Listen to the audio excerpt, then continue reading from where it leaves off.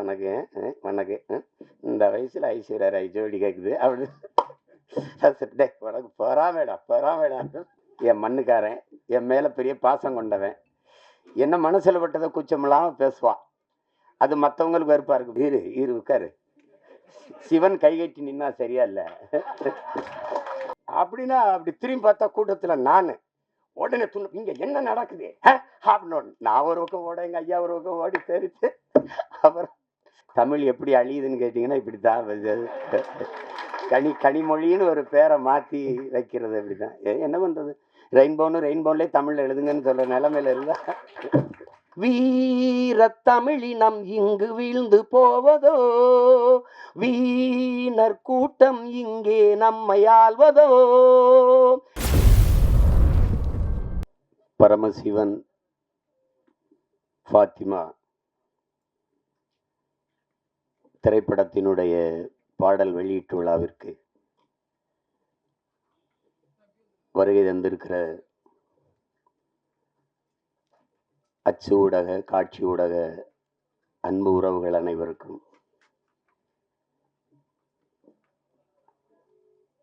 மேடையிலே அமர்ந்திருக்கிற பெருமக்கள், கலைஞர்கள், அரங்கை நிறைத்து அமர்ந்திருக்கிற என் அன்பு சொந்தங்கள் அனைவருக்கும் என்னுடைய அன்பும் வணக்கமும்.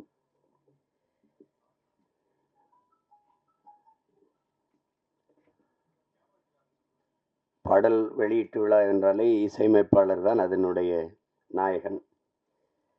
ஒரு சிறு வயது மிக நேர்த்தியாக இசை, அந்த இசையை கேட்கும்போதே ஒரு உற்சாகம் பிறக்குது. நான் என்னுடைய தம்பி கார்வனன்ட்டு கூட சொல்லிட்டு இருந்தேன், ரொம்ப நல்லா இசையமைச்சிருக்கிறார்.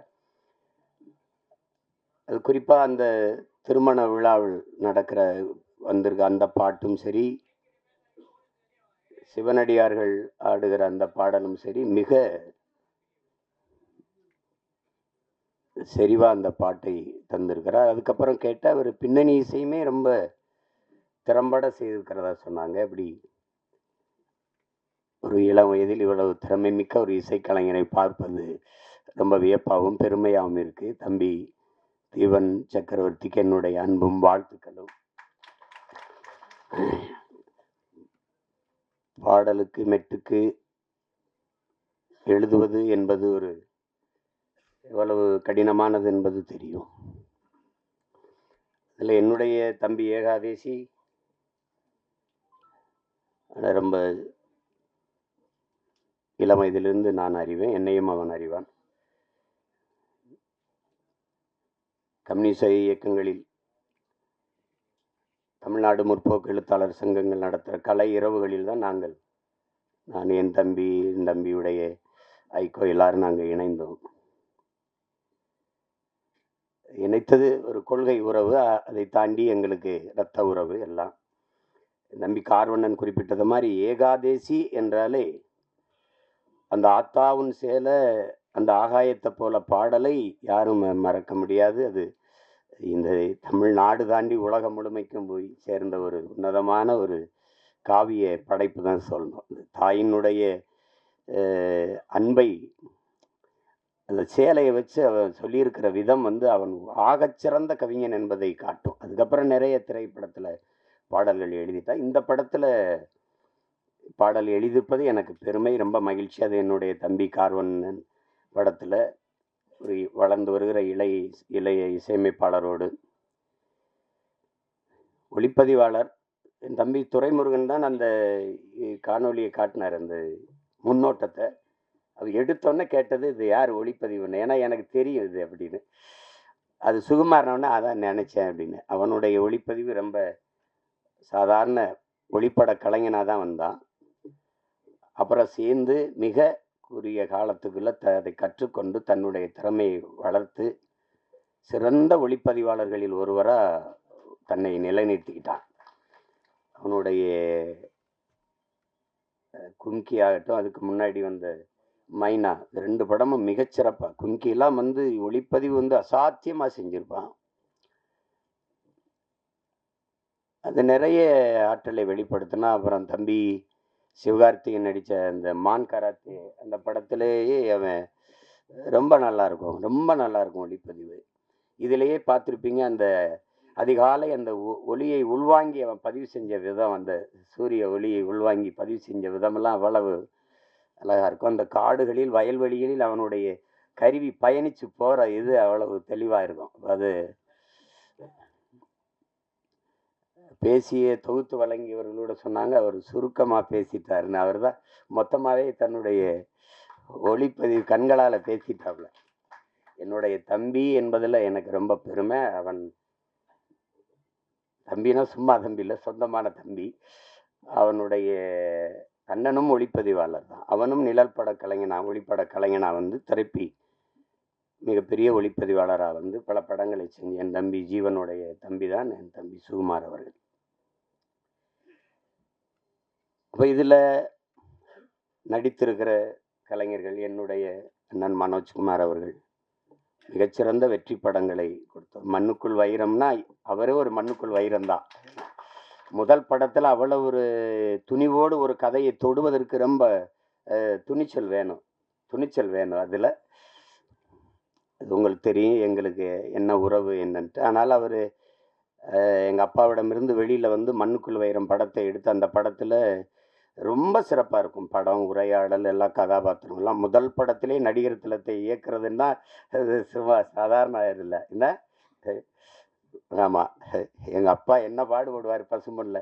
முதல் மரியாதை எப்படின்னு தெரியாது. நான் தான் அதுக்கு எழுத்தாளர். என்ன சொன்னாலும் எங்க அப்பா வந்து உரையாடலை ஏத்துக்க மாட்டாப்ல. 2 பேருக்கும் ரொம்ப நேரம் சண்டை நடக்கும். அங்க நாற்காலியில எங்க ஐயா என்னைய பார்த்துருப்பாரு. என் மேல ரொம்ப அன்பு. "என்னதாய்யா பிரச்சனை உனக்கும் உங்க அப்பனுக்கும்?" அப்படின்னாரு. இல்லைங்க, நான் என்ன எழுதி கொடுத்தாலும் அதை வேணாம் வேணான்னு கிழிச்சு போட்டுறாரு. தூர தூர போட்டுறாரு. "என்ன நீ என்ன நினைக்கிற? நான் என்ன பேசணும்னு நினைக்கிற? எனக்கிட்ட சொல்லு. நான் டேக்கில் பேசி விட்டுறேன்." அவ அது சொல்லிடுவோம். காட்சி நடந்து வரவுல இந்த இடத்துல எங்க ஐயா எங்க அப்பா என்ன பண்ணாரு, "கட், ஓகே" அப்படின்ட்டு போயிடுவாப்ல. ஏல சொன்னோன்னே எங்க ஐயா அந்த வேட்டி எடுத்து தொடச்சிட்டு இப்படி தேடுவா. அப்புறம் நான் அந்த கூட்டத்துல நிப்பேன் இப்படி. பார்த்துட்டு, "ஓகேயா?" அப்படின்னு கேட்பாரு. ஏன்னா, நான் "நீ சொன்னது வந்துருச்சா?" அப்படின்னு. "ஓகே" அப்படின்னு. ஒரு 2, 3 தடவை இது நடந்துகிட்டு இருக்குது. எங்க அப்பா கவனிக்கல. ஒரு தடவை நம்ம ஓகே சொன்ன பிறகு வேற யார்ட்ட ஓகே கேட்கிறாரு. யாரு? அப்படின்னா அப்படி திரும்பி பார்த்தா கூட்டத்துல நானு. உடனே "இங்க என்ன நடக்குது?" அப்படின்னு நான் ஒரு பக்கம் ஓட, எங்க ஐயா ஒரு பக்கம் ஓடி தெரிச்சு. அப்புறம் அது மாதிரி அவர்கிட்ட அந்த பெரிய மேதையை வந்து முதல் படத்துல இயக்குறது என்பது சாதாரண அல்ல, அது ஒரு பெரிய வாய்ப்பு. மண்ணுக்குள் வைரம்னா வைரம் தான். அதுக்கப்புறம் எங்க அண்ணன் எவ்வளோ வணிக படங்கள் எடுத்துட்டாங்க. பெரிய வெற்றி படங்கள் எல்லாம் கொடுத்துட்டாங்க. இப்படிப்பட்ட ஒரு படைப்பாளி இதில் நடிச்சிருக்காங்க. அப்புறம் எங்க அண்ணன் தேனப்பன் எவ்வளோ பெரிய படங்களை தயாரிச்சாங்க. அவை தன்மையெல்லாம் எங்க அண்ணனுடைய தயாரிப்பு தான். இப்ப பார்த்தா எங்க அண்ணனை பார்க்கறதுன்னா நம்ம படங்கள்ல பார்த்துக்க வேண்டியது இருக்கு. இப்ப நடிக்க வந்துட்டாங்க. ஆனாலும் எங்க அண்ணனை வந்து அவரு குணத்திற்கும் அவர் படத்தில் நடிக்கிறது, வில்லனா நடிக்கிறாரு. சகிக்க முடியல. எங்க அண்ணன்லாம் வில்லனா எதுக்கு நடிக்கணும் அப்படின்ட்டு. அவ்வளவு நல்ல மனிதன். தேனப்பன் வந்து ஒரு சிறந்த தயாரிப்பாளர், சிறந்த நடிகரை விட மிகச்சிறந்த நிர்வாகி. அதனால தான் எங்க அண்ணன் கமலஹாசன்லாம் அவரை கூடவே வச்சிருந்தாப்புல. அப்படிப்பட்ட ஒரு ஒரு திறமையான ஒரு மனிதர் எங்க அண்ணன் தேனப்பன் அவர்கள். அதுக்கப்புறம் எ எங்க ஐயா மகன் தொகுப்பாளர் சொன்னாங்க, "உங்களுடைய தமிழ் ரொம்ப நல்லா இருக்கு" அப்படின்னு. தமிழ் கடலின் மகன் வந்து தமிழ் பேசலைன்னா அப்புறம் என்ன இருக்குது சொல்லுங்க? எங்க அப்பா, நான் அப்பான்னு தான் சொல்லுவேன். அழைச்சா, "ஐயா, ஐயா, ஐயா நல்லா இருங்கய்யா, நல்லா இருங்கய்யா." "என்னங்கய்யா?" அப்படின்னு. "ஒண்ணும் இல்ல. ஐயா படிக்கணும்யா, படிக்கணும்யா, படிக்கணும்யா. வாழ்க தமிழுடன்." எல்லாரும் நம்ம வணக்கம், ஹலோ இப்படிதானே அழைப்பு எடுப்போம். நான் அழைச்ச உடனே நான் தான்னு தெரிஞ்சிடும். "வாழ்க தமிழுடன்." "சொல்லுங்கய்யா." அப்படி பேசுவோம். அவ்வளவு ஒரு அன்பு. தமிழ் கடல்னா தமிழ் கடல் தான். ஒண்ணு சொல்றேன். நானும் எங்க ஐயா மகனும், நான் தம்பி படம் இயக்குறேன். நாங்க எல்லாம் ஒண்ணா பணி செய்றோம் அதுல. கவி பேரரசு முத்தமிழ் பேரறிஞர் ஐயா வைரமுத்துக்கிட்ட பாடல் வாங்க போறோம் 2 பேரும். இல்லையா ஐயமனே? அப்ப இங்க இருக்குது. ட்ரஸ்ட்புரத்துல. அங்க போய் உட்காந்து பேசிட்டு இருக்கும்போது நான் அறிமுகப்படுத்துறேன் ஐயாவோட பையன் அப்படின்னு. "உட்காருங்க, உட்காருங்கன்னு" பேசிட்டு ஐயா சொன்னது ஞாபகம் இருக்கு வைரமுத்து அவர்கள். "தம்பி, கம்பன் கூட அவன் எழுதின காப்பியத்துல கொஞ்சம் வரிய மறந்தாலும் மறந்திருப்பான். ஆனா அப்பா மறந்திருக்க மாட்டாரு" அப்படின்னு. இல்லையா? அவ்வளோ பெரிய அறிஞன் அவர். தமிழ் கடல்னா சும்மா இல்லை. அப்படி ஒரு பேரறிஞருடைய பெரிய தமிழ் பொக்கிஷத்தினுடைய மகன் எங்களுடைய ஐயா மகன். எனக்கு எப்பவும் எங்கள் ஐயா மகன், அவருக்கு எப்பவும் நான் அராஜகம்தான். வேற அதுக்கப்புறம் சொல்லணும்னா எங்கள் அண்ணன் எம்எஸ் பாஸ்கர் சொல்லி சிரிச்சுக்கிருந்தான். இவன்லாம் ஏன்டா நடிக்க வந்தான்னு சில பேரை தோணும். எங்கள் அண்ணன் ஏன் இவ்வளோ நாள் நடிக்க வரலைன்னு தோணும். ஒரு பின்னணி கலைஞனாகவே இருந்து திரைமறைவிலே தன் குரலாலேயே பல பேருக்கு நடிப்புக்கு உயிர் ஊட்டிய ஒரு மாபெரும் கலைஞன். ஒரு காலம் அவரை கைவிடாமல் கொண்டாந்து நம்ம முன்னாடி நிறுத்திடுச்சு. எந்த கதாபாத்திரம்னாலும் ஆகச்சிறப்பாக செய்யக்கூடிய ஆற்றல் இன்னைக்கு தமிழ் திரையுலகில் எங்கள் அண்ணனுக்கு தான் இருக்கு. அது பல படங்களை சொல்லலாம். அது சிறிய கதாபாத்திரம் பெருசு அப்படிலாம் கிடையாது. அதுவும் ஒரு தவம். இப்போ என் தம்பி சொல்லும்போது சிவாஜி மாதிரின்னு எங்கள் அண்ணன் கூச்சப்பட்டார். நாங்கள் உங்களை சிவாஜின்னு சொல்லலை. அது மாதிரின்னு அப்படின்னா அந்த ஈடுபாடு. உதாரணமாக இப்போ எங்கள் ஐயாட்ட சொல்கிறேன். எங்கள் ஐயாவுக்கு பசுமன் படத்தில் நடிக்கும்போது அண்ணன் சிவகுமாரை உங்களுக்கு தெரியும். அது ஒரு பிசாசு. ராதிகா மேர தெரியும், அவங்க ஒரு பிசாசு. எல்லாருமே மிகச்சிறந்த கலைஞர்கள். அந்த திரையை உயிரா நேசிக்கிற ஒரு கலைஞர்கள். இது எங்கள் அப்பா கண்ணன் ஐயா ஒளிப்பதிவு எல்லாம். இப்போ இவங்க என்னன்னா எப்போ படப்பிடிப்புனாலும் அதிகாலையில் ஒரு 5 மணி, அதிகாலையில் ஒரு 4 மணி அப்படி வச்சா இங்கேருந்து வண்டி போய் நாங்கள்லாம் நிற்கும்போது ஒரு நாற்காலியை போட்டு ஒரு ஆள் உட்கார்ந்துருக்கும். அது யாருன்னா எங்கள் ஐயா நடிகர் திலகம் அவர்கள் உட்கார்ந்துருப்பாங்க.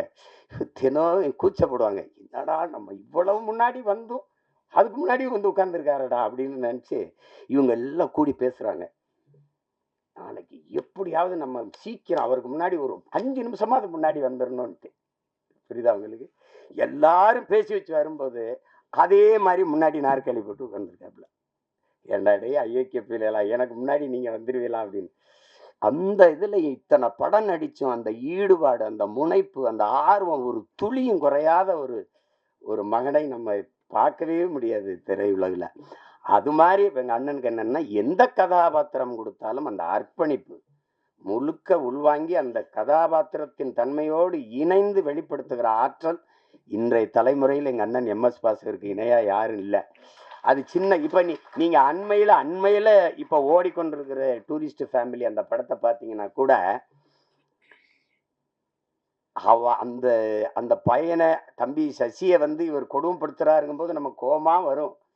அவன் நிற்கும்போது அவன் நான் கேரளா மலையாளின்னு சொன்னது இல்லை, நான் இலங்கையிலேருந்து வந்திருக்கேன், ஈழத்தமிழன்னொன்னே சாவியை தூக்கிவிட்டு வண்டிடு சேவ் பண்ண போகணும் அப்படிவார்ல. அது இங்கிலீஷ் நடிகை. என்ன இங்கிலீஷ் நடிகன்? எங்கள் அண்ணன் கருப்பாக போயிட்டானே ஒழி, அவன் இங்கிலீஷ் நடிகனுக்கெல்லாம் பெரிய நடிகன், மிகப்பெரிய கலைஞன். அவனுக்கு ஒரு வரம் வந்திருப்பாருங்க. தாத்தா காமராஜுக்கு குரல் பதிவு கொடுத்த கலைஞர். அது எவ்வளோ பெரிய இது. எப்படி சிலர் வருது இதெல்லாம். இன்னும் எனக்கு நான் ஒரு தாய் குழந்தையோட ஐயா என் புருஷன் இப்படி போலீஸ் பிடிச்சிட்டு போயிடுச்சா. ஏன் பிடிச்சிட்டு போனாங்க? சும்மா பிடிச்சிட்டு போயிருக்க மாட்டாங்களே. இல்லை சாராயம் தானே பாத்தியா, சாராயம் தானே ஐயா, என் குடும்பம் கடுமா அதுனா சேச்சே போப்போ. அதெல்லாம் கொலகார போய் கொலை பண்ணா அவனை மன்னிக்கலாம், ஒரு குடும்பம் தான் போகும்.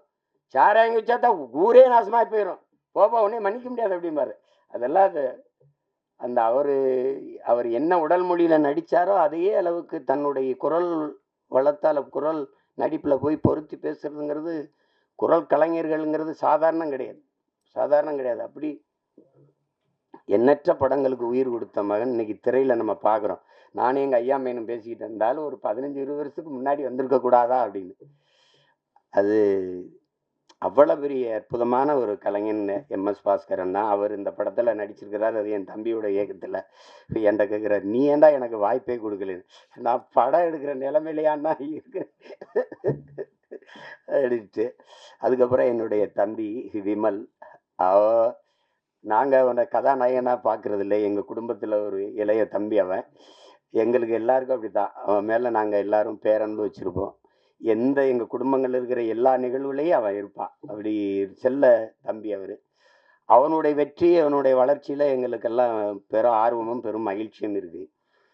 இன்னும் அவனுக்கு களவாணி மாதிரி படம் வரணும். இருந்தாலும் அவனுக்கு வாகை சுடவா மாதிரி படம் நிறையா வரணுங்கிறதா என்னுடைய இது. அந்த படத்தில் என் தம்பி சற்குணமும் இன்னும் அவனுக்கும் அந்த மாதிரி ஒரு படம் வரணும், என் தம்பி விமலுக்கும். அவ்வளவு சிறந்த ஒரு படம். அது பல விருதுகளை எல்லாம் வென்றது. ஒரு வாழ்வியலை இந்த வறண்ட நிலப்பகுதியில் வாழ்கிற செங்கல் காலவாயில் இருக்கிற அந்த மக்கள், அந்த பிள்ளைகளின் கல்வி, எவ்வளோ சிறந்த படைப்பில் நடித்து அந்த அந்த தம்பி இதில் கதாநாயகன் நடிச்சிருக்கிறார். சாயா அவங்க எங்கள் அண்ணன் பொண்ணு.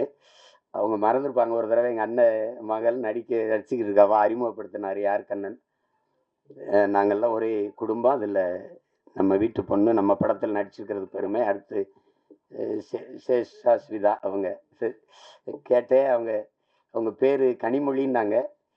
அவங்க இப்போ சேஸ்வதா ஏதோ பேரை மாற்றி வச்சுருக்காங்க. தமிழ் எப்படி அழியுதுன்னு கேட்டிங்கன்னா இப்படி தான். கனிமொழின்னு ஒரு பேரை மாற்றி வைக்கிறது அப்படி தான். என்ன பண்ணுறது, ரெயின்போன்லேயே தமிழில் எழுதுங்கன்னு சொல்கிற நிலமையில இருந்தால் அதெல்லாம் நம்ம மொழியில் பேர் வச்சுக்கிறது கூச்சப்பட வேண்டியது இல்லை. நீங்கள் நல்ல பேர், அதெல்லாம் உங்கள் பேர் கனிமொழி அவர்கள். அடுத்து என்னுடைய தம்பி குல் சுரேஷு, என் மண்ணுக்காரன், என் மேலே பெரிய பாசம் கொண்டவன். என்ன மனசில் பட்டதை கூச்சமெல்லாம் பேசுவான். அது மற்றவங்களுக்கு வெறுப்பாக இருக்குது. இப்போ என்னையெல்லாம் பார்த்தா சில பேருக்கு அருவறுப்பாக இருக்குது, வெறுப்பாக இருக்குது. என்னத்தையோ பேச்சு கிடக்கிறாப்புல இருந்தால் அப்படின்னு. அது மாதிரி தான் அது அவனுடைய இயல்பு. அவனுக்குள்ள நல்ல ஒரு மனிதன் இருக்கான், நல்ல மனிதாபிமானம் இருக்கு. இரு உட்காரு. சிவன் கைகட்டி நின்னா சரியா இல்லை. என் பாட்டன் ஆதி பெரும்பாட்டன் கைகட்டுறது சரியா இருக்காது. அதுக்கப்புறம் விஆர் அவர், விமல் அவர். நீங்கள் நல்லா வரணும், நல்ல உடலை நல்லா பேண்டுறீங்க, உங்களுக்கு பாராட்டு. நீங்கள் அதை தொடர்ச்சியாக செய்யுங்க. இன்றில் என்றாவது சரியான வாய்ப்பு வந்துடும். என் தம்பி அருண் விஜய் தெரியுமா, ஒய்எம்சியில் நாங்கள்லாம் பயிற்சி எடுப்போம். அப்போ அவன் நல்லா உடலை வச்சுருப்பான். வாய்ப்பு சரியாக வரலை. நான் சொன்னேன், நீ இதை மட்டும் சரியாக செஞ்சுக்கிட்டே இரு, ஒரு நாள் நீ சரியான இடத்துக்கு வந்து வென்றுவாங்க. அதே மாதிரி அவனுக்கு படம் வந்து அடிச்சிட்டான். தடயம் அந்த படங்கள்லாம் வந்து குற்றம் 23 அடிச்சிட்டான். அதனால அதை மட்டும் சரியாகுங்க. உங்களுக்கு ஒரு சான்று உட்காருங்க சார். எனக்கு எங்கள் அண்ணன் சரத்குமாரை நான் அண்ணன் தான் கூப்பிடுவேன். நாங்கள் ரொம்ப நெருக்கம். விண்ணூர்தி நிலையத்தில் சந்தித்தோம். இப்போ பொன்னியின் செல்வன் வெளியாயிடுச்சு. வணக்கம் இந்த வயசில் ஐஸ்வர்யா ராய் ஜோடி கேட்குது அப்படின்னு. டே உனக்கு பொறாமேடா. அவர் சார் டே உடலை நல்லா வச்சுக்கிட்டா எந்த வயசுலையும் சாதிக்கலாம்டாங்கிறல. அதை தான் எல்லாருக்கும் சொல்கிறேன். நம்பிக்கையோடு இருங்க, சாதிக்கலாம். அப்புறம் எல்லாரையும் சொல்லிட்டேன். தம்பி புவன் படத்தொகுப்பாளர். அதுக்கப்புறம் அம்மா ஆதிரா அவர்கள், அவங்க எங்கள் ஊர் பொண்ணு. அவங்க பாண்டிச்செல்வி. அவங்கள வந்து இன்னைக்கு பார்த்தாலும் அந்த மருது படத்தில் 2 கையிலையும் கம்பெடுத்து சுற்றுறதா இந்த காட்சி தான் எனக்கு ஞாபகத்துக்கு வருது. ரொம்ப அருமையான பெண்மணி. நமக்கு தமிழ் திரையுல கிடைச்ச ஒரு இயல்பான முகம், இயல்பான நடிப்பை வெளிப்படுத்தக்கூடிய ஒரு திறமையான கலைஞர். அவங்களுக்கு என்னுடைய அன்பும் வாழ்த்துக்களும். எல்லாரையும் சொல்லிட்டு நினைக்கிறேன். என் தம்பி சுகுமார் இருக்கான். திரையுலகத்தை தாண்டி நடிப்பு, இதை தாண்டி என் மேல் அன்பு கொண்ட ஒருத்தன். அவனுக்கு மொழி இனப்பற்று அதிகம். காதல் படத்தில் இருந்தே தம்பி சுகு எனக்கு தெரியும். அப்புறம் மகேந்திரன் சிறந்த கலைஞன். அவனுக்கு வாய்ப்பு சரியாக அமையலை. அவன் நடித்த சல்லியர்னு படம் இருக்குது, சல்லியர்கள். அதில் அவன் தான் கதாநாயகன். மிகச்சிறப்பாக நடிச்சிருப்பான். இருக்கான்னா போயிட்டான். மகேந்திரன் ரொம்ப சிறப்பாக நடிச்சிருப்பான். ஒரு போராளியாக வந்திருப்பான். அவருக்கு காலம் இருக்கு, எங்கே போயிருப்பது. நல்ல திறமையான கலைஞன். அப்புறம் என் தம்பி துரைமுருகன், சரி, அவன் சமூக பற்றாளர், சமூக ஆர்வலர். ஆமாம், என் தம்பி கிடாரி அப்படின்னா உங்களுக்கு தெரியும். அது காலையில் கிடாரி மாடுகள் நாங்கள் சொல்லுவோம். அது ஒரு திமிரு எடுத்த தெனவெடுத்தது அது சொல்லுவோம். அது கிடாரி படத்தில் ரொம்ப அருமையான இது கையாண்டிருக்கு. குறிப்பாக எங்கள் அண்ணன் வேல ராமூர்த்தியுடைய கதாபாத்திரம் எனக்கு இன்னும் மனசில் இருக்குது. தம்பி பிரசாத் முருகேசன் அவர்கள். அதை நாங்கள்லாம் அந்த படத்தை பார்த்து யார் இயக்குனர்னு நான் எங்கள் ஐயா மேனும் பேசி பார்ப்பேன். மத்தகம் பார்த்துட்டு தான் கேட்ட ஐயா மேனை, யார் ஐயா மேனை இவ்வளவு சிறப்பாக எடுத்துருக்கு, எங்கள் கிடாரி பட இயக்குனர் தானோன்னா. அதுக்கப்புறம் நானே அழைச்சி பேசி வாழ்த்தினேன். ரொம்ப திறம்பட்ட, அவனுக்கு என் மேலே அன்பு இருக்கு இல்லையோ, அவனுடைய மகனுக்கு என் மேலே பேரன்பும் பிடிப்போம். என்னை பார்க்கறதுக்காக வந்திருக்கான்னாங்க. நான் அவனை சந்திக்கணும். இது எல்லாரையும் சொல்லிட்டேன். என்னுடைய தம்பி கார்வண்ணனை பற்றி உங்களுக்கு சொல்லணும். நாங்க வந்து அவரு எந்த திசையில இருந்தாரு, நான் எந்த திசையில இருந்தேன்னு தெரியல. ஆனா எங்கள ஒரு ஒரு உணர்வு வந்து இணைக்குது. அது எங்களுடைய மொழி இனப்பற்று. அப்ப அ அவர் எடுத்த படங்கள் இப்ப தானே படம் வந்து பார்க்கும்போது, அவர் பெட்டிக்கடை முதல் படம். அதுவும் கிராமத்தில நடந்த அனுபவத்தில எடுத்தது தான். அதுக்கப்புறம் தமிழ் குடிமகன். அது என் தம்பி துரை சொன்ன மாரி, ஒடுக்கப்பட்ட தமிழ் சமூகத்தினுடைய நிலையை இன்றைக்கு அந்த நிலை இருக்குது அப்படிங்கிறத படம் எடுத்தார். என்னுடைய தம்பி சேரன் அவர்கள் நடிச்சிருந்தாங்க. ரொம்ப அருமையான படம். நான் திரையில பார்க்க முடியல. தொலைக்காட்சியில தான் பார்த்தேன் அத. பார்த்துட்டு நான் பாராட்டி வாழ்த்து அறிக்கைலாம் குடுத்தேன். ரொம்ப சிறப்பா இயக்கியிருந்தார். அது உரையாடல்கள், திரைக்கதை, போக்கு எல்லாமே மிக நேர்த்தியா இருந்தது. அடுத்தது இப்ப இப்ப இந்த படம் வந்து மிக சிறப்பா வரும்னு நினைக்கிறேன். அவர் தொடர்றது ஒரு பிரச்சனையை அந்த பிரச்சனையை தொட பயந்து பயந்து தான் அத சரி செய்ய முடியாமயே போயிருது. அது ஒரு சமூகத்தில இருக்கிற பெரிய அவலம் தான். சில இத பேச மறந்துர்றோம். இல்லையா? எ மேல்பாதி மங்கலத்தில கோயிலுக்குள்ள விடலைன்னா நமக்கு எதுக்கு பிரச்சனைன்னு நினைக்கிறாங்க. அது ஓட்டுக்காக நிக்கிறவன் தான் அத சிந்திப்பான். நாட்டுக்காக நிக்கிறவன் அதையெல்லாம் சிந்திக்க முடியாது. நீ போட்டா போடு, போடலைன்னா போ. சரி எதுவோ அதுதான். உலகத்தில என் அன்பு சொந்தங்கள் உங்களுக்கு சொல்லுவேன். உலகத்தில் சாதித்த எல்லோரும், இந்த உலகத்தை இவ்வளவு பெரிய மாறுதலுக்கு கொண்டு வந்த எல்லோரும், தன் மனச்சான்று வழிகாட்டுதலின்படி நடந்தவன் தான் இவ்வளவு பெரிய மாறுதலை கொண்டு வந்திருக்கான். நீங்க சின்ன சமரசம் செஞ்சாலும் அது சரியா வராது. என்ன சொல்றான்? நீங்க ஒவ்வொருத்தனும் என்ன சொல்றான்? உலகமே உன்னை இதை செய் என்று சொன்னால் சரியில்லை என்று பட்டால் செய்யாத. உலகமே செய்யாதே என்று சொன்னால் சரி என்று பட்டால் செஞ்சிருந்தான். அதான் கோட்பாடு. அதை தான் நம்ம செய்யணும். விவேகானந்தர் நமக்கு என்ன கற்பிக்கிறார்? எதற்காகவும் உண்மையை விட்டு கொடுத்துறாத. ஆனா உண்மைக்காக நீ எதையும் விட்டு கொடுங்கிறார். இதே வெவ்வேறு வடிவத்தில் ஒவ்வொரு தத்துவ ஞானிகளும் மேதைகளும் சொல்லி வந்திருப்பாங்க. ஆனால் இதே தான் எங்க தலைவர் என்ன சொல்றார்? நாம் சாகலாம், சாதாரணமானவர்கள். ஆனால் சத்தியம் தோற்றதாக சரித்திரத்தில் செய்தி இல்லை. நாம் சத்தியத்தின் பக்கம் நிற்கிற சத்தியத்தின் மக்கள் நாம் வெல்லுவோம்ங்கிறதுல அது என்கிட்ட தான் சொல்றாருல. அது அந்த மாதிரி நம்ம எதிர்க்கும் நபிகளே என்ன சொல்றாரு? அநீதியை கண்டு அச்சம் இல்லாமல் துணிந்து எதிர்ப்பவன் எவனோ அவனே உண்மையான ஜிகாத்துங்கிறாங்க. அநீதின்னு தெரிஞ்சிருச்சு, அவ எதிர்க்கணும். சேகுவார் என்ன சொல்றான்? உலகத்தில் எங்கெங்க அநியாயம் நடக்குதோ அதை கண்டு நீ பொறுக்க முடியாமல் கோவப்படுவாயானால் நீனும் என் தோழனேங்கிறான். நீனும் என் தோழன் தான். நான் தம்பி படத்துல இறுதியில் அந்த உரையாடல் அவருடைய கோட்பாடை அதை எடுத்து போட்டிருப்பேன். அப்ப அது அச்சப்பட்டுக்கிட்டே இருந்தா மேல் பாதியில குடிக்கிற நீர்ல இந்த நூற்றாண்டுல ஒருத்தன் சிங்கத்தை கலக்கிறான்னா அதையும் சகித்துக்கிறது, எல்லாத்தையும் சகித்துக்கிறது. சகித்து தான் ஒரு அடிமை எப்படி பிறக்கிறான்னு நினைக்கிறீங்க? அடிமை எப்படி பிறக்கிறான்? அநீதியை கண்டு எதிர்க்க துணிவில்லாதவன் அதை சகித்துக் கொள்கிறான். தொடர்ந்து சகித்துக் கொள்கிறவன் அடிமையாகிறான். இவ்வளவுதான் அடிமையின் பிறப்பு. அப்படிதான் நம்ம அடிமை ஆயிட்டோம். எதை உங்களால ஏத்துக்க முடியுது? ஊழல் தெரியுது, லஞ்சம் தெரியுது, மணல் அள்ளி விற்கிறான் தெரியுது, சாராங்காய்ச்சி விற்கிறான், கஞ்சாவின்னு கொக்கைன்னு எல்லாம் விற்கிறான் தெரியுது. ஆனாலும் கேட்க முடியாது. இதுதான் இது காரணம் பயம். அதையும் எங்க தலைவர் இந்த மரணம் என்ற ஒன்றுக்கு பயப்படுவதாலே இந்த மானுட சமூகம் பல்வேறு துன்ப துயரங்களை தூக்கி சுமக்குதுங்கிறதுல. எதுக்கு பயப்படணும்? நான் உயிரோடு இருக்கிற வரை சாவு என்கிட்ட வராது. நான் சாகும்போது நான் உயிரோடு இருக்க மாட்டேன். மரணம் என்கிட்ட வரும்போது உயிரோடு இருக்க மாட்டேன். எதுக்கு பயப்படணும்? பயப்படுறதுனால ஒருத்தன் நீண்ட நாள் வாழ்ந்துருவானா நம்ம எல்லாம் பயந்துட்டே இருக்கலாம். அர்த்தமற்றது. பயம்ங்கிறது கோழைகளின் தோழன். அது வீரனுக்கு எதிரி. அது எங்களுக்கு அஞ்சுவதும் அடிபணிவதும் தமிழன் பரம்பரைக்கே கிடையாதுன்னு தான் எங்க தலைவர் எங்களை வளர்த்திருக்காரு. அது கிடையாது. அதுல ஒரு இயக்குனரா நீங்க என் தம்பி கார்வன் நினைப்பாக்குறீங்க. அவ படம் வந்து என் தம்பி துறையெல்லாம் பார்த்துட்டாரு. நான் பார்க்கல. அது பார்க்கறதுக்கான நேரம் வாய்க்கல. இந்த 3 பாடல்கள் அவர் எடுத்த முன்னோட்டம், அவர் சொல்லுகிற செய்தி, அதிலேயே தெரியுது அவர் எதை தொட்டு எதை சொல்ல போறாரு அப்படின்னு.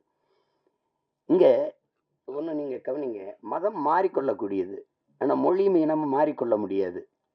அது அடிப்படையில நீங்க புரிஞ்சுக்கணும். மதத்தையும் தாண்டிய ஒரு புனிதம் இருக்கு. அதுதான் மனிதம். அதை யாரும் இவர்கள் தேடுவதும் இல்லை, போறதும் இல்லை. இஸ்லாமியருக்கு ஒன்று உயிர், கிறிஸ்தவனுக்கு ஒரு உயிர், இந்துக்கு ஒரு உயிர் என்று கிடையாது. எல்லா உயிரும் யாரு மேல கீறினாலும் ரத்தம் ஒண்ணுதான். ஆக மொத்தம் இப்ப நீ நானும் 10 மாதம் தான் நம்ம தாத்தா பட்டுக்கோட்டை பாடினது நினைவில் வச்சுக்கணும். இதுதான் இங்க இருக்கிற பிரச்சனை. எல்லாருக்கும் எல்லா மதங்களையும் மனிதம் இருக்கு, எல்லா மதங்களையும் சிக்கல் இருக்குது. இதை கடந்து போய் இந்த உலகத்துல எல்லாரும் மனிதன் கொள்வதற்கு, இத்தனை உயிர் அழிப்பதற்கு எத்தனை விதமான ஆயுதங்களை கண்டுபிடிக்கிறான். ஆனா அந்த ஆயுதங்களை எல்லாம் வெல்லுகிற ஒரு ஆற்றல் அவன்கிட்ட இருக்கு. அதான் பேரன்பு. அந்த அன்பால எல்லா ஆயுதங்களையும் வீழ்த்த முடியும். அதுதான் இன்னைக்கு நீங்க உலகத்துல எவன் பாடுனா புதியதொரு உலகம் செய்யும் கெட்ட போரிடும் உலகத்தை வேரோடு சாய்ப்பவன் பண்ணது எந்தார்த்தன் புரட்சி பாவலன் தான். அவனுடைய பேரனும் பேத்திகளும் கெட்ட போறனால வேரோட சாஞ்சிச்சு ஈழத்துல. அதானே அது சிக்கல். அந்த மாதிரி நேரத்துல இறுதி போர்க்கட்ட சூழல்ல என் தலைவன் இருந்து நான் வந்த பிறகு தொடர்ச்சியா பேசி பேசி சிறைப்படுத்தப்பட்டேன். யாருமே என்கிட்ட நெருங்க பயந்தாங்க. ஓராண்டுகளுக்கு மேல சிறையிலே இருந்துட்டேன். அப்ப அந்த நேரத்துல ரொம்ப சோர்வு. அப்ப என்னை தேடி ஒருத்தர் படம் எடுக்கணும்னு வர்றாப்ல. ஒருத்தர் வராரு. வந்தவரு அவர் அதுக்கு முன்னாடி ஒரு படம் எடுத்திருக்காரு. வந்து என்னோட வந்து படம் எடுக்கணும்னு வந்தோடனே அந்த மனநிலையில படம் எடுக்கலாம். ஆனா என்னோட வந்தது அவர் ஆறுதலா இருந்தது. அப்ப பேசும்போது அது காரணம் வந்து அவர் சொன்னார் மாதிரி நான் கத்தி கதறி வெடிச்சு இந்த தம்பி உதாரணமா இந்த ஈழ படுகொலை எப்ப பேசி பேசி சிறைப்பட்டவள அது கவனிச்சிருக்காரு. ஒருத்தர் இப்படி பேசிட்டு இருக்காருன்னா அந்த ஈர்ப்பு அவர் திருநெல்வேலி இருக்காரு, நான் சிவகங்கையில் இருக்கேன். எங்க 2 பேரையும் வந்து சேர்க்கு ஒரு இடத்துல சேர்க்குது. சேர்த்த பிறகு இந்த இந்த படத்துக்கு இந்த இதுக்கு சம்பந்தம் இல்லை, இந்த பாடல்கள் சம்பந்தம் இல்லை. ஆனாலும் நீங்க தெரிஞ்சுக்கணும், ஒருத்தருக்கு இந்த பாடல்களுக்கு சம்பந்தம் இருக்கு. விழி மூடி மறைந்தாலும் முத்துக்குமரா எங்கள் மனதோடு நிறைந்தாயே முத்துக்குமரா, தாய் அன்போடு தனையேந்த முத்துக்குமரா, உன் பெரும் தியாகம் மறவோமே பச்சை தமிழா, நீ விழி மூடி மறைந்தாலும் முத்துக்குமரா, எங்கள் நீ மனதோடு நிறைந்தாயே முத்துக்குமரா, பகைமையும் துரோகமும் தாய் மண்ணை சூழ பாவிகள் கூட்டமோ நம்மை வந்து ஆள, எரிமலையாயளவே மறந்திங்கு போக, எலி பொறியில் எலியாய் தமிழனும் நோக, மனம் பொறுக்காமல் சென்னறுப்பாலே உனை தீண்டியே எம் உணர்வையே எரிய வைத்தாயே நீ. இந்த பாட்டு இருக்கு பாருங்க. விழி மூடி மறைந்தாலும் முத்துக்குமரா எங்கள் மனதோடு நிறைந்தாயே முத்துக்குமரா. இந்த பாட்டு ஆண்ட பரம்பரை இங்கு மாண்டு போவதோ, ஆள பிறந்தவன் இன்று அடிமையாவதோ, வீர தமிழினம் இங்கு வீழ்ந்து போவதோ, வீணர் கூட்டம் இங்கே நம்மை ஆள்வதோ, எங்கள் இனத்தை அழிக்க துடிப்பவன் எவன், எரிமலை ஆற்றில் குளிக்க நினைப்பவன் அவன். இந்த பாட்டு தலைமகனே எம் பிரபாகரனே தலைநகரே திரிகோண மலையே. இந்த பாடல்கள் வந்து இன்னைக்கு தமிழ்நாட்டில் எல்லா இடங்களையும் ஒலிக்குது. எங்களுடைய இன உணர்வுள்ள மக்கள் கூட்டங்கள்ல இது பரவலாக கேட்கப்படுது.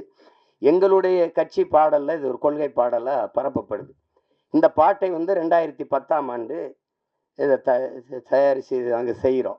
இது தம்பி இசைவேந்தன் ஒரு தம்பி எழுதின பாட்டை என்னுடைய அன்பு மைத்துனர் கவிதாஞ்சனை வச்சு இந்த பாடல்களை பதிவு செஞ்சோம். அதுக்கு அன்றைக்கே 10 லட்சம் ரூபாயை செலவழித்து இந்த பாட்டை பதிவு செய்து கொடுத்த தம்பி தான் என்னுடைய 6 உயிர் தம்பி கார்வண்ணன் அவர்கள். அவனுக்கு இந்த மொழி மீதும் இனத்தின் மீதும் இருக்கிற பற்றுக்கு இதுவே உங்களுக்கு ஒரு சான்று. நாங்கள் 2 பேரும் இணைந்தோம் அப்படின்னா மொழி அழிந்தால் இனம் அழிந்து விடும். தமிழ் இல்லைனால் தமிழர் இல்லை, தமிழர் என்ற இனம் இல்லைன்னா நாடு இல்லை, அவ்வளவுதான். இங்க எல்லாரும் தமிழ் தேசிய அரசியல், தமிழ் தேசிய அரசியல்னா ஒரு தீண்டத்தகாத வார்த்தை போலவும் வேற்றுக்கிற சொல்பவனும் இருக்கு. மொழி காக்க, இனம் காக்க, மண் காக்க, மண்ணின் வளம் காக்க, மண்ணின் மக்களின் நலம் காக்க, அந்த மக்களின் மானம் காக்க ஒரு அரசியல் இருக்கு. அந்த அரசியல் தான் தமிழ் தேச அரசியல். இதெல்லாம் தேவையில்லைன்னா இது தேவையில்லை. அதான் சொல்றான்ல, இது தேவை. எங்கள் முன்னவர்கள் கே.ஆர்.பி. விஸ்வநாதனோ, அண்ணல் தங்கவோ, மறைமலையடிகளோ, அல்லது சிவானந்தமோ, சிங்காரவேலரோ, ரெட்டமலை சீனிவாசனோ, ஐத்தியாச பண்டிதரோ, மாப்போசியோ, சீபா ஆதித்தனாரோ வரும்போது அவனுடைய பேரன் சீமான் நிற்கிற புறச்சுழல் இல்லை. அன்னைக்கு காவிரியில் தண்ணி கேட்டால் அடித்து விரட்டல. அன்னைக்கு கச்சத்தீவை பறித்து கொடுத்துட்டு சுட்டு சுட்டு 840 மீன் வந்து சுட்டு போடல. மீத்தேன் ஈத்தேன் எடுப்பு பூமி தாயின் ஈரக்கொலை அறுக்கலை. அணுவில் ஸ்டெர்லைட்னு இப்படி நச்சு ஆலைகளை நிறுவி எங்களை கொல்லலை. எதை தேடினாலும் இந்த அரசியல் தேவைப்படுது. தேவைதான் கண்டுபிடிப்பின்டா. இந்த அரசியல் வேணுமா, ஜெயிக்குமா ஜெயிக்காதா, அதை விட தேவையா தேவையில்லையா, அதுதான் கோட்பாடு. அப்போ அந்த அடிப்படையில் நாங்கள் இணைந்து பணி செய்தோம். என் தம்பி என்னோட ஒரு தம்பி, அவன் உணர்வால் இணைந்தாலும் உறவான ஒரு உயிரான தம்பியா எனக்கு முதன்மை தளபதியா களத்தில் நின்னா என் தம்பி கார்வண்ணன்.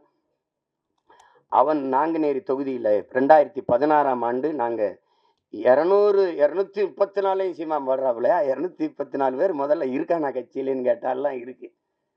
இப்போ மறுபடியும் போட போறானா தனிச்சுன்னு கேட்குறாலும் இருக்குது. அப்போ போட்டோம். அதில் நாங்குநேரியில் ஒரு தளபதியா நின்று களத்தில் பணி செய்தவன் என்னுடைய தம்பி கார்வண்ணன். வெறும் திரைப்பட இயக்குனர்னு வச்சுக்கிங்க, அவனுக்குள்ள இருக்கிற போர்க்குணம் தான் இந்த மாதிரி கதைகளை தொடணும்ட்டு. அன்னைக்கு அவனுக்கு ஆதரவு இல்லை, இன்னைக்கு அண்ணன் இருக்கேன், அண்ணனுக்கு பின்னாடி பெரிய படை இருக்கு. அதனால அது ஒன்றும் இல்லை. திரையரங்கு கிடைக்குமா கிடைக்காதான்னு ஒரு அச்சப்படுற சூழல்ல நம்மளை தள்ளி விட்டுருக்காங்க. அதெல்லாம் மாறும். அதுக்கு ஒரு காலம் வருது. காலம் வரும் என்று காத்திருந்த தலைவனின் பிள்ளைகள் இல்லை, எங்களுக்கான காலத்தை உருவாக்கிய தலைவனின் பிள்ளைகள் நாங்கள் எல்லாரும். நீரின் போக்குல நீரில் நீஞ்சினவங்க இருக்கான், நெருப்பாற்றில் நீஞ்சியவன் எங்கள் தலைவன், அவன் பிள்ளைகள் நாங்கள். இதெல்லாம் ஒன்றும் இல்லை. உங்களுக்கு எல்லாருக்கும் சொல்றதுக்கு முன்னாடி என்கிட்ட வந்து ஒரு தடவை பேசும்போது பேச்சுவாக்கில் சொல்றாப்புல, இந்த சாவு மனிதன் இந்த மரணம் ஒன்று பயப்படுறதுனால தான் எல்லா சிக்கலையும் எதிர்கொள்ள வேண்டியது இருக்குதுன்னு ஒரு தடவை சொல்லிடுறாரு. திருப்பி தம்பி போகிறான் திருப்பி அப்படிங்கும்போது ஒரு தடவை சொல்றாரு, சாக துணிஞ்சிருங்க எல்லாம் உங்களுக்கு சாதாரணமாயிருன்ட்டு. ஏன்னா சாக பயந்தவன் தரித்திரமாகிறான், சாக துணிஞ்சவனே சரித்திரமாகிறான். சான்று சாக்ரட்டிஸ். மரண தண்டனை விதிச்சாச்சு. அது குப்பியில் வந்து விஷத்தை ஊற்றி வச்சாச்சு. 1 மணி நேரம் கழிச்சு குடிக்கலான்றான். யாரு? விஷத்தை ஊத்துனவன். வச்சு கை எடுக்கிறது எடுத்து குடிச்சிடறவுல. சாவுக்கு பயப்படல. 1 மணி நேரம் கழிச்சு குடிக்கலான்றான், உங்களுக்கு அவகாசம் கொடுக்குறவன் எடுத்து குடிச்சிடறவுல. அதனாலதான் அவன் சரித்திரத்தில் அவனுக்கு இடம். உங்களுக்கு புரியுதுன்னு நினைக்கிறேன். பகத்சிங் வந்து மன்னிப்பு கடிதம் எழுதி கொடுத்தா விட்டுறேங்கிறான் தூக்கு சண்டனையில். ஆளுநருக்கு கடிதம் போகுது, பகத்சிங் அனுப்புறான். மன்னிப்பு கடிதம் தான் பகத் கேட்டான்னு நினைச்சு பிரிக்கிறாப்ல. பிரிச்சா, பைத்தியக்காரா நீ என்னை தூக்குல போட சொல்லியிருக்க, அதை ஏற்க முடியாது. நான் உனக்கு அரசியல் போர் செஞ்சிருக்கேன், அதனால என்னை துப்பாக்கியில சுட்டு கொள்ளு, இல்லைன்னா பீரங்கி வச்சு என் நெஞ்ச பிளந்து கொள்ளு, தூக்குல போடாத. நான் வந்து அப்படிதான் உங்களுக்கு. அதை படிச்சுட்டு அவனுக்கு வேர்த்திருச்சு, மிரண்டுட்டான். அதனாலதான் சரித்திரத்தில் அவனுக்கு இடம். உங்களுக்கு புரியுதுன்னு நினைக்கிறேன். இவன் வந்து நண்பர்கள் சொல்றாங்க, பகத் நீ வெளியில வா, நம்ம வந்து இன்னும் வீரியமா போராடலாம், ஒரு மன்னிப்பு கடிதம் தானே எழுதி கொடுத்துட்டு வந்துருன்ட்டு. பகத் சொல்றான், எல்லாரையும் போலதான் எனக்கும் வாழணும்னு ஆசை இருக்கு, ஆனால் நான் வெளியில வந்து வீரியமா போராடுவதை விட இந்த மரண கயிற்றை துணிஞ்சு முத்தமிட்டன்னா பகத்தை போல வீரமிக்க மக்களை இந்த மண்ணின் விடுதலைக்கு பெற்றுத்தர வேண்டும் என்று எண்ணற்ற தாய்மார்கள் விரும்புவாங்க. அதனால நான் இந்த தூக்கு கயிறை முத்தமிடுறேன்ட்டு. ஆனாலும் பகத்துக்கு அந்த வீரமிக்க மரணத்தை வெள்ளக்காரன் தர சரியா இல்லை, சம்மதிக்கல. தூக்குதான்ட்டான்.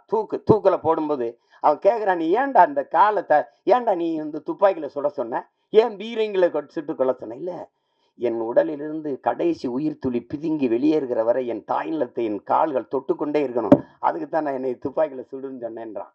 திருப்பி தூக்கில் போடும்போது அந்த கருப்பு அங்கி போட்டு மூடுவான்ல, பிளாக் மாஸ்க்கு, 2 பேர் தான் எடுனவன். ஒன்று பகத்சிங், இன்னொன்று சதாம் ஹுசேன். உங்களுக்கு தெரியும் நினைக்கிறேன். எடுறான்ட்டான் பகத்சிங், அந்த கருப்பு துணியை எடுறான்ட்டான். எடுத்துட்டு போட சொன்னேன். ஏன்னா அந்த விழி பிதுங்கி என் உயிர் வெளியில கசிந்து போற கடைசி நொடி வர துளி வர என்னுடைய கண்கள் என் தாய் மண்ணை பார்த்துக்கிட்டே சாகணும்டான்னா. அதனாலதான் பகத்சிங் இன்னைக்கு வந்து நம்ம சரித்திரத்தில் இருக்கான். சேகுவேராவை சுடுறதுக்கு எதிரி நிறுத்தும் போது இப்படி குறி வைக்கிறான். அப்படி குறி வைக்கும்போது, டியர் காம்ரேட், நீங்க என் நெத்திக்கு குறி வைக்கிறீங்கன்னு நினைக்கிறேன், கொஞ்சம் இடது பக்கமா வாங்க, இப்ப சுடுங்கன்ட்டான். அதனாலதான் சேகுவேராவுக்கு இடம் உங்களுக்கு. அப்ப மரணத்துக்கு பாய்ந்தவெல்லாம் உங்களுக்கு தெரியுது. விவேகானந்தர் சொல்றாருல, வரலாற்றில் எப்போதும் வீரர்களுக்கு தான் இடம், அடிமைகளுக்கு இடம் இருந்திருக்கு, ஏன் ஏழைகளுக்கு கூட வரலாற்றில் இடம் இருந்திருக்கு, கோழைகளுக்கு ஒருபோதும் வரலாற்றில் இடம் இருந்தது இல்லை. அதனால இதுக்கெல்லாம் பயந்தா ஒன்றும் இல்லை. அப்ப அந்த துணிவுல தான் என்னுடைய தம்பி இந்த கருத்தை துணிஞ்சு எடுத்து படத்துல பதிவு செய்கிறார். அவருக்கு என்னுடைய பாராட்டுக்கள். அவன் என் தம்பிக்கு இருந்த இந்த திரையுலகம் மேல இருந்த பற்று வெளிப்படுது பாருங்க. அவனே தயாரிச்சு, அவனே இயக்கி, அதுல ஒரு ஒரு கதாபாத்திரத்தில நடிச்சு, தொடர்ந்து இது தமிழ் குடிமகனும் அவருடைய தயாரிப்பு தான். அவருடைய இயக்கத்துல இது பண்ணியிருந்தாரு இப்ப. அந்த முயற்சியை நான் முழுக்க பாராட்டுறேன். என் தம்பி கார்வண்ணனுடைய படைப்பு என்பது என்னுடைய படைப்பு. நானே இயக்கியது போல ஒரு மகிழ்ச்சி, எனக்கு ஒரு உற்சாகமும், ஒரு பெருமையும் இருக்கு. அந்த படம் உறுதியா வெல்லும். உலகெங்கும் இருக்கிற என் உயிர் சொந்தங்கள் அ என் தம்பிக்கு நல்ல ஆதரவு குடுத்து இந்த படத்தை மாபெரும் வெற்றி படமாக மாற்றணும். அதுதான் அது. ஏன்னா, அரிய படங்கள் வந்து தவிர்க்கப்பட்டது. ஒரு நல்வாய்ப்பா இன்னைக்கு உங்களுக்கு அயோத்தி, இந்த டூரிஸ்ட் ஃபேமிலி இந்த மாரி படங்கள்லாம் வந்து மக்களால் ஏற்கப்பட்டுருச்சுங்கும்போது மனசு ஒரு நிறைவா இருக்கு. இப்ப என் தம்பி சூரியோட மாமன் இதெல்லாம் நல்லா ஓடுதுங்கிறாங்க. கேட்டுக்கிருவேன் ஒவ்வொரு தடவையும். ஐயா மேன் அது பார்த்தீங்களா? ஐயா மேன பார்த்தீங்களா? நாங்க 2 பேரும். அராஜகம் இந்த மலையாளத்துல ஒரு படம் வந்திருக்கு. அது அதுல இருக்கு ஓடிடில பார்த்துருங்க அப்படின்னு. அப்படி அந்த மாரி நாங்க ஒருத்தருக்கு ஒருத்தர் பரிமாறிக்கிறது. ஏன்னா இவங்கெல்லாம் சொல்றாங்க, நீங்க வேற தளத்துக்கு போயிட்டும் இத நேசின்னு. காதலிச்ச பொண்ணு வேற ஒருத்தனை கல்யாணம் பண்ணிட்டு போனாலும் நல்லா இருக்கணும்னு வாழ்த்துற மாரி தான் இது. இது ஒண்ணும் செய்ய முடியாது. எங்க எங்க அண்ணன் என்கிட்ட வந்து சொல்லும்போது, திரைக்கலை, பேச்சு 2ம் இராணுவத்தின் வலிமைமிக்க 2 பிரிவுகள்ப்பா. ஒன்றைச் செய்ய ஒன்றையோ, ஒன்றைச் செய்ய ஒன்றையோ கைவிட்றக்கூடாது நீங்க. 2யும் செய்யணும்னு. ஒன்றைச் செய்ய 2யும் செய்யணும்னு தான் நெனைக்கிறேன். அத என் தம்பிக்கே திரையரங்கு கிடைக்காதுன்னு பயப்பட்டான்னா, எனக்கு என்ன ஆகும்னு நீங்க யோசிச்சுக்கிறணும். அது கடினம். அதனால படம் எல்லா தம்பிகளும் எடுக்குறாங்க. படை கட்டத்தான் பெரிய யாரும் இல்ல. அதனால இந்த வேலையே எனக்கு சரியா இருக்கு. என் தம்பிகள் அதை செய்யட்டும். ஆனால் இத பார்த்து ரசித்து வாழ்த்துறது அது என்னுடைய பொறுப்பு. இங்கே என் தம்பி கார்வண்ணன் சொன்னான், நம்மள நாம பாராட்டல யாருன்னு இல்ல. அது சுழி சீசர் சொல்றான். நீ வந்து அடுத்தவன் உன்னை எந்திரிச்சு உன் தகுதியை பாராட்டுற வரை பொறுத்திருக்காதடா. நீயே எந்திரிச்சு பேரறிவிப்பு செஞ்சிரு. நான் ஆகச் சிறந்தவன் அப்படின்னு சொல்லிருன்றான். அதனால இப்ப எங்க அண்ணன் எம்.எஸ். பாஸ்கரை நாங்க பாராட்டல, யார் பாராட்டுவா? இப்ப என் தம்பி கூல் சுரேஷ் அவனே பேசிட்டான். ஆனா நீங்க என்ன நினைக்கிறீங்க? அவனை பைத்தியக்கார மாதிரி பாக்குறீங்க. இதுதான் பிரச்சனை. எங்க அப்பா இங்க பாருங்க, எங்க அப்பா இங்க பாருங்க, பசும்பன் படத்துக்கு பாட்டு இசைக்கிறது முதல்ல ரகுமான் அவர்கள் தான் இசை. அவன் 2 பேரும் வண்டியில போயிட்டு இருக்கான். எங்க அப்பாவே வண்டி விட்டுறாங்க. வண்டி விட்டு அதுல வந்து சொல்லுக்குள் வார்த்தையை சுருக்கி வைக்கும் சூத்திரதாரி கண்ணனுடைய ஆகாயத்தின் மறுபக்கத்தையும் அவருக்கு பார்க்க இப்படி வருது. திருப்பி எழுதி அப்பா இப்படி நம்மளை நாமளே பாராட்டி பேசிக்கிறது நல்லாவா இருக்கு? கேட்கறவங்க ஒரு மானே நம்மளை நாமே பாராட்டிட்டாதான்டா, வேற எவனும் நம்மளை பாராட்ட மாட்டான்டா. அப்பத்தான் நான் முடிவு பண்ணேன், நீங்க ஓடும்போது எவனும் உற்சாகப்படுத்த கைதட்டலாம், நீங்களே கைதட்டிட்டே ஓடிட வேண்டியதுதான். வழி கிடையாது. உங்களை நீங்களே உற்சாகப்படுத்திக்கிறணும். இல்லைன்னா யாருமே பாராட்டணும் இந்த சமூகம் முன்னாடி வரவனுக்கு தான் கைதட்டும், 3வது வரவனுக்கு கைதட்டாது. அவன் சொல்றான்ல, முன்னாடி வந்தவனுக்கு 1வது வந்தவனுக்கு கைதட்டுற, அவன் வெற்றி களிப்புல இருப்பான், நீ கைதட்டுறதே அவன் காதுல விழாது. ஆனால் 3வது வந்தவன் முதுகுல தட்டி கொடு, அவன் மரணம் வரைக்கும் உன்னை மறக்க மாட்டாங்கிறான். அதான் முக்கியம். அதனால நம்ம பிள்ளைகளுக்கு ஒன்று இருக்கு, தோல்விங்கிறது ஒரு பெரியது. தோல்விதான் வெற்றியின் தாய். தோல்வியே சொல்லுது, என்னையை தொட்டு விட்டு போனவன் தோற்றதாக வரலாற்றில் செய்தி இல்லைன்னு. இல்லையா? எளிதில் வென்றவனின் இதயம் மலரை விட மெல்லிதா இருக்கும், தோற்று தோற்று வென்றவனின் இதயம் இரும்பை விட கடினமா இருக்கும்ன்றான். அதனால அது ஒரு சிக்கல் இல்லை. இந்த இந்த படத்தை பொறுத்த வரைக்கும் அதுல என் தம்பி அவன் சொல்ல வந்த செய்தி, அதை எடுத்துக்கிட்ட செய்திக்கே ஒரு பாராட்டு, அந்த துணிவுக்கு ஒரு பாராட்டு. இல்லைன்னா நீ சீமானின் தம்பியா இருந்து பயனே கிடையாது. அதனால உனக்கு பாராட்டு. உலகமெங்கும் இருக்கிற நம் உயிர் சொந்தங்கள் நல்ல திரைப்படத்தை ரசிக்கக்கூடிய, ஏற்று பாராட்டக்கூடிய, கொண்டாடக்கூடிய மக்கள், இங்கே நல்ல திரைப்படங்களை கொண்டு போய் சேர்த்த செய்தியின் தூதுவர்கள் இருக்கிறார்கள். இங்கே ஊடக உறவுகள் எல்லாம் மதிப்புமிக்க பெருமக்கள் எல்லாம் இருக்கிறாங்க. அவர்களுக்கெல்லாம் சிறந்த படத்தை பாராட்டி கொண்டு போய் சேர்க்கணுங்கிற பொறுப்பும் கடமையும் உள்ளவர்கள். உறுதியாக இந்த படத்திற்கு பேராதரவு கொடுப்பார்கள். என்னுடைய தம்பி தன்னுடைய முழு முயற்சியில் அவரே எழுதி, இயக்கி, தயாரித்து, நடித்து, தம்பி விமல் அவரோட இளம் கலைஞர்களை எல்லாம் இணைத்து கொண்டு உருவாக்கி இருக்கிற இந்த பரமசிவன், ஃபாத்திமா இந்த படம் மிகப்பெரிய வெற்றியடைய என்னுடைய வாழ்த்துக்கள். அதிலே கலை இயக்குனராக பணிபுரிந்த என் தம்பி வீரசமர், ஒளிப்பதிவாளர் என்னுடைய தம்பி சுகுமார், குறிப்பாக இசையமைப்பாளர் தீபன் சக்கரவர்த்தி, என்னுடைய தம்பி கவிஞர் ஏகாதேசி, எல்லோருக்கும் என்னுடைய அன்பும் வாழ்த்துக்களும். என்னுடைய ஆருயிர் இளவல் என் அன்பு தம்பி இசக்கி கார்வணன் அவர்களுக்கு என்னுடைய உள்ளம் நிறைந்த அன்பும் வாழ்த்துக்களும். படத்தின் வெற்றிக்கு என்னுடைய வாழ்த்துக்கள். உங்கள் அனைவருக்கும் என்னுடைய அன்பும் வணக்கமும். நன்றி. நன்றி.